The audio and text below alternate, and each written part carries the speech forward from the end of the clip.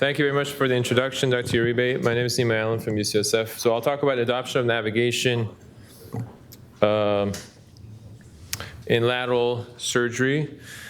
These are learning objectives during the syllabus. I do have a disclaimer, and it's about my training. So I trained in Pittsburgh with Dr. Cantor and at my fellowship with Dr. Uribe. And I did only lateral trans-psoas.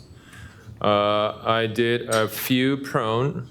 I used fluoroscopy only for all these laterals. I did a lateral thoracic disc with Dr. Uribe. I believe in my fellowship we did 6. We did 1 with navigation. So that has an impact on what I will discuss. Like Dr. Uribe said, I'm just started at UCSF. I'm 8 months in. And these are the lateral cases that I've done in the past 8 months, these 5 cases. And then the one that I just did recently, I don't have an EOS image on. But I said to myself that when I start as an attending, I'm not going to do anything that I was not taught in my training, residency, and fellowship. So I use fluoroscopy for my laterals. And this is my most recent one. I looked up the, I don't have an EOS image, but I looked up the radiation dose, and it's about a minute. Most of it is from the lateral, but this was a spondy, so I did use it also during the reduction to see how I'm reducing. I put the screws with navigation. So it's about a minute, 45 seconds to a minute. So going back to what Dr. Taylor was saying, navigation is the way of the future, and I want to adopt it. So one level, 45 seconds to a minute, and that's the why for me, the why I want to adopt navigation. And this is a concept from the book by Simon Sinek that talks about that the purpose is the most important thing, and introduces the concept of golden circle, which I will adopt for this talk. And the why for me is radiation. So these 5 cases, it's about 4 minutes, 14 levels in these 5 cases. It's about 14 minutes of radiation. That's a lot of radiation. Me more than you, yeah. And there's an actual formal comparison from 2010 that they actually used navigation with AP and lateral only. And they compared fluoroscopy to this navigation. I put in quotation marks because it's not technically 3D, but it's about 43.7 seconds versus 24. And it's about 5 times the amount of radiation, fluoroscopy versus navigation. So that's a lot of navigation to be exposed to. So if that's the why I want to adopt it, what other questions do I have? I want to know, is it feasible?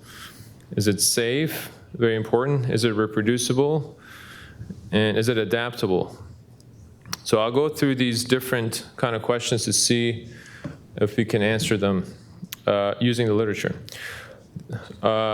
It is feasible. The first study that I found from 2013 was this, a single level lateral. They put in a reference marker in the PSIS. They use only the navigation probe, the quote unquote chicken foot, that basically navigate it through the psoas. They use the shallow docking technique, and they confirm their location on the disc with the navigation probe again. And you can see they're still using a navigation probe to confirm that they're in the disc space once the disc prep is completed, and they put a cage in. They use it for incision planning. They talk about the workflow, but there's a lot of limitation to this. There's limited use of navigation tools. They don't show any intra-op pictures, post-op pictures of device placement, and only show a 1-level case. So it is feasible in terms of the workflow and some of the unique uses of navigation, which is not just bony anatomy, but also incision planning and soft tissue exploration. Dr. Park is probably the one who's given credit appropriately so for taking it to the next level to show that this is safe, feasible, and showing actual results from this case. So he actually puts an ASIS pin. He uses practically every tool is navigated. So he navigates through the psoas with the navigation probe that you can simulate through. he does his disc prep with navigation tools, and he puts his device in navigation tools. And it's not just a one-level case. They showed multiple cases, multi-level, including degenerative scoliosis. So you can see that in 8 patients, they did 22 levels. They did 1 intra-op CT scan per patient up front, ASIS pin, which is unique compared to previous reports. And like I said, they use it for degenerative scoliosis, which is a big deal because when you do degenerative scoliosis, each level, if you want to do fluoroscopy, you have to turn it to make it orthogonal. That adds a ton of radiation to your case. So he showed that it is safe in not just a single level case, but more complex cases, and also talks about the workflow. He actually comments in the paper that he found inaccuracy in the navigation in the craniocaudal direction. So as you put the cages in, you're going to lengthen the spine. So as you start, if you start proximal to distal, you will keep adding height, and as you go higher and higher, you will lose your accuracy. So he actually works the other way around. He does not report any complications, no nerve injury, no visceral injury, no vascular injury. So I would say it was safe. The limitation was that he didn't comment in that paper about subsidence, which I think it's an important thing to think about, because if you're off a little bit in the craniocaudal direction, and you're using navigated tools which are not perfectly projected on the navigation software, it's very easy to get into the end plate. And he comments in the discussion that he did use fluoroscopy, which I'll get back to at the end, to confirm the accuracy because he felt that it may be off. So it was feasible, it is safe. Like I said, Dr. Park is a pioneer in this field, and he repeated his experience, similar strengths and limitations in more complex patients, more levels, in 31 patients, 66 levels. Is it reproducible? So is it only Dr. Park who can do this, or can other people reproduce these results? So this is another study from the most recent one from Germany. 145 patients, 190 device. Sorry for the typo. It should be 94 corpectomy devices, and the rest were interbody device. And they don't just do degenerative deformity, they also do show cases for trauma, infection, and tumor, and they actually measure the exact placement of the device. And they also comment on the depth of the cage, like Dr. Uribe said, is very important to get apophyseal contact in the inner body. The data on subsidence, which I said Dr. Park's paper was lacking, they had 3 cases that required revision for subsidence. And the actual rate of subsidence in terms of radiographic for patients who had follow-up images, which were 41, was about half a centimeter in 19 cases. So it's about 50%, which is a high rate. They don't show any post-op images. But my point about showing this paper was that it is reproducible, and it's not just Dr. Park can do this, and they actually show a different complication rate, and they comment very specific on navigation accuracy, which, like I said, is a very important hurdle in adoption as you first start using navigation. They have a 2.1% rate of navigation inaccuracy, and they also commented on another about 4% of other issues in navigation, such as software issues, anatomical limitations of putting pins and pin removal. So navigation accuracy remains a challenge here. Is it adaptable? Is it only lateral cases that you can do this? The answer is, of course, no. You can do this in OLIF. You can do this with robotic assistance in prone lateral. You can do it with expandable corpectomy cages. You can do it in single position lateral. And you can do it in thoracic disc. So it is adaptable as well. So if you go back to the golden circle, we started with why. We want to reduce our radiation exposure, and we showed that it's feasible, it's safe, it's reproducible, it's adaptable. Well, what's the problem here? So if you're putting percutaneous pedicle screws and you have access to navigation, you will 100% use navigation. But if I ask the same thing, if you're doing a lateral and you have access to navigation, I know already this is not going to be 100% because Dr. Uribe doesn't use it, I don't use it, so immediately goes below 100%. So navigation is essentially a standard of care when it comes to percutaneous pedicle screw placement, but not for lateral. So that made me think that why is that we don't adopt it the same way that we do it for percutaneous pedicle screws, and I think it's a safety issue. And the safety issue for lateral, it goes back to potential for complications. So when I think of complications, you know, if you have good knowledge of the case that you're doing, if you have good technique, it all comes down to visualization. I mean, when we're talking about visualization, you either don't know what you should see, you can't see what you should see, or you're seeing it but you can't interpret it. When it comes to navigation, there's another factor that you may not trust what you see. So you have to trust but verify and have safety checks. For example, when it comes to pedicle screws with Dr. Uribe, as I learned, he do the 3D spin, and then he brings a fluoroscopy, intermittently uses it for pedicle screw placement. Dr. Park, when he first started using laterals, he used fluoroscopy to intermittently check the accuracy of navigation. Using a reference point, again, with Dr. Uribe, I learned that for pedicle screw placement, you can put in a needle in the spinous process and keep checking the reference to see if you're off with navigation. You don't have that. Luxury in lateral lumbar, but in a thoracic case, you could put a fiducial marker where you know you're not going to do an osteotomy, and when you do a spin, you can use that as a reference point to see if you're off. You can use anatomical landmark. I spoke with Dr. Park about how he kind of gained more trust, and he said that you can use your navigation tool on osteophytes, on previous instrumentation, to keep checking if you're off. And of course, if it doesn't feel right, it's not going to be right. The tactile feedback is very important. So ultimately, navigation is a tool, and you have to use it knowing its limitations. The why is a reduction in radiation. I hope that I showed that it's feasible, safe, but not foolproof, reproducible, and adaptable. And I think this is a good plug-in for for next year's Spine Summit about innovation in surgical technology, where Dr.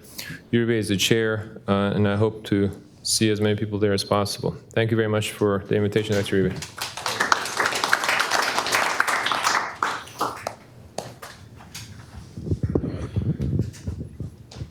Can I go back? Wow, these guys are so well trained, 8 minutes behind. That's even better than Cory Walker. 12 minutes. Can I ask a question from the previous? No question. No? Yeah, go for it. Yeah. So I want to ask you about the standalone. You showed a 2-level standalone, and I wanted to know, do you have a limit of how many standalones, and if you have a different criteria if you do more than one standalone lateral? Or what's your thought process on that? That's actually a good question. I don't think I have a good answer. I don't recall more than 3 levels standalone. Maybe some cases with probably Neil and all you guys that do deformity happens. You do the first stage, and the patient go home with 5 levels standalone because they don't like to have the second stage, or they become sick or something happen. But in general, is 1, 2 level maximum. 3 levels very rarely. 3 level is pushing hard. I only can see 3 levels like a very old person with deformity that has no options, that the problem is not a stenosis, that the problem is more like a back pain, and just an effort to probably fuse the scoliosis as it is and trying to prevent, to keep progressing, in a very sick people. Let's put it that way, like someone with renal insufficiency, anticoagulated, diabetic, in the 80s, with a significant deformity, miserable with back pain, not a clear neurogenic claudication. That patient may be a multi-level standalone. And I do find that you're off more in the superior inferior direction than anterior posterior, which is actually okay, because the thing about navigation is you have to do your screws first. So you have a particular pathway you have to do things. Start from away as far from your array as possible, and then work towards it. And the more levels you do, the more you're going to be off. The problem you really run into is that choke points or the difficult points with navigation with a lateral are not what you'd expect. So if you put your first K-wire in the wrong spot, superior inferior, it's fine. You open up, you can find the disc space. You're going to be close by. But placing the retractor and then placing the cage are two of the hardest things to do. And I think that people get frustrated with things that they don't really expect are going to be hard, which are easy when you're doing fluoro and you know exactly where you're at in real time all the time. So I find that to be the biggest problem is bring the fluoro in, but I do every case with navigation now and using the lateral, but it does take time to get that done. That's why I wanted to point out that I think intermittent use of fluoroscopy is not a failure. It's not a failure. It's actually a safety check. And when I adopt it, I do want to use that. One question, Dr. Taylor, as you put the device in, do you find that it may throw off the navigation because there's a lot of percussion and a lot of bouncing? Yeah, so even with screws, I make people stop halfway through because I find that, so even when they're putting a screw in, if you're driving a screw in, I like stop, where are you at? And then I do the same thing when I'm putting the lateral interbody in. I stop, let things settle down, find out where you're at. And the error is almost always superior inferior, not anterior posterior. So you really know where you're at in the anterior posterior plane, but it's the depth of the implant. Because every time you move away from a rigid instrument, your navigation accuracy goes down. Yep. So a couple of comments on just navigation. Just word of caution, though. I think what's happening in navigation is people are making the approach and then navigating to the vertebral body. There still happens to be abdominal contents in your way that you cannot see. Say that again? People make the approach and then navigate to the spine on lateral. There's actually a whole abdominal contents in the way. And it's fascinating. I watched that. I'm not going to get into details. I cannot. But maybe we'll do right now. And people are just navigating straight. Remember, your CT is a virtual CT. You're not looking at anything. You're navigating to the space without looking at the retroperitoneal space. There's a word of caution, those are navigating. Please look where that probe is going and also navigate. That's fine. You gotta look. You know what's funny is when I navigate and I navigate the first dilator, I often go back to that 2-incision technique so that I know where I'm at. And I use it for planning. It's about the only time I mean, people talk about pre-planning. That's really the only, I plan, I know where the incision is, I know what my angles are, and then I put my finger in, I go back with a 2-incision technique when I pass it doing that. The only other common navigation is end plate. It's hard enough trying to preserve the end plate on fluoro. Yeah. Yes. And I have a very hard time understanding navigation, how you can keep that end plate, especially in a deformity. But I've tried that. I gave up. I'll be honest. I did not use any navigation in lateral, but I can't ascertain that the end plate's going to be intact. Yeah, it's very hard. It's even worse when you're starting to use angled instruments at 4.5. That throws everything off, and you can no longer tell where you're at. It's all by feel. Straightforward. And that's a problem, because big problem. Sometimes ignorance is a beautiful thing, and sometimes these surgeons, they don't know better. And as I tell you, for example, one of the challenges of the navigation is controlling the depthness. So if you're trying to put the cages through and through to the diaphysis, all these things, you may get short. So navigation obviously is good, and I think is, reduce the radiation exposure to the patients and to the team, and it gives you the actual view of the vertebra. It has good advantages, but don't forget, it's not real-time information. It's just hard to believe that after 20 years, still is not a real-time. You're relying on a CT from who knows when.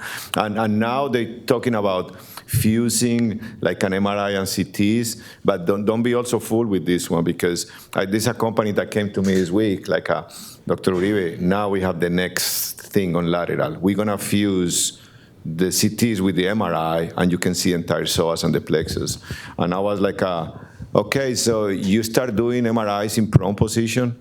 That's the thing. Don't forget, the minute that you put the patient in prone or lateral, the psoas muscle is not going to be the same. The psoas muscle is a structure that actually moved, little by little. And when you're trying to dock a dilator millimeters in front of the lumbar plexus, not behind it, then all this anatomy is going to change like crazy. So you have to be careful when this thing comes. That's why, for example, when I do navigation, I call the sentinel fluoroscopy. I keep an image there. Once in a while, I take a shot, make sure that things make sense. And for example, in prone lateral, I like it, but I use it more than anything to choose what part of the muscle I'm gonna put my first dilator, because you can see on the CT, how the psoas looks like. So you choose your entry zone on the muscle, But after that, a lot of the carpentry, I do it on fluoroscopy, like Neil mentioned and you guys mentioned. It's just, I wanted to have Paul Park in here today, but he has some issues.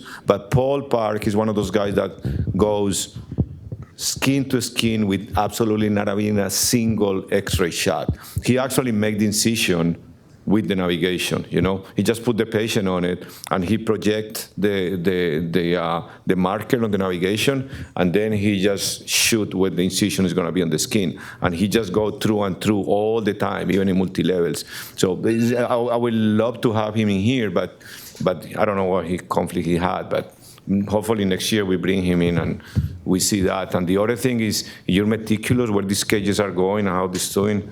You leave in a little bit of room for that, Can you put the next talk in here?